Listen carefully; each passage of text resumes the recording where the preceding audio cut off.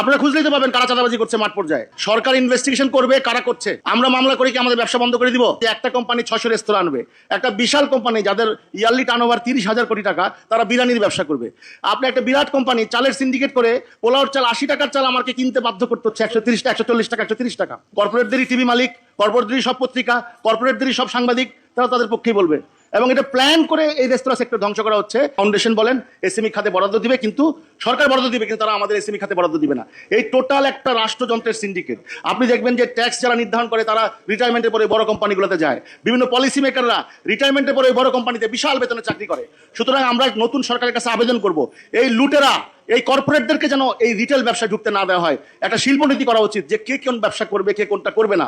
এই তাদেরকে থামানোর যদি এখনো না হয়, তাহলে টোটাল আজ থেকে 10 বছর পরে দেখবেন টোটাল ব্যবসাটা ওদের কাছে চলে যাবে। ক্ষুদ্র উদ্যোক্তা বলে আর কিছু থাকবে না। বৈষম্যটা কিভাবে হয়? আমার পাশে একটা দোকান যার ট্যাক্স নাই, ভ্যাট নাই, কমার্শিয়াল কিচ্ছু নাই, সে যে দামে বিক্রি করে আমি ওই দামে বিক্রি করতে পারবো না। সে কোন পরিবেশে করে, কোনো তদারকি নাই। আমরা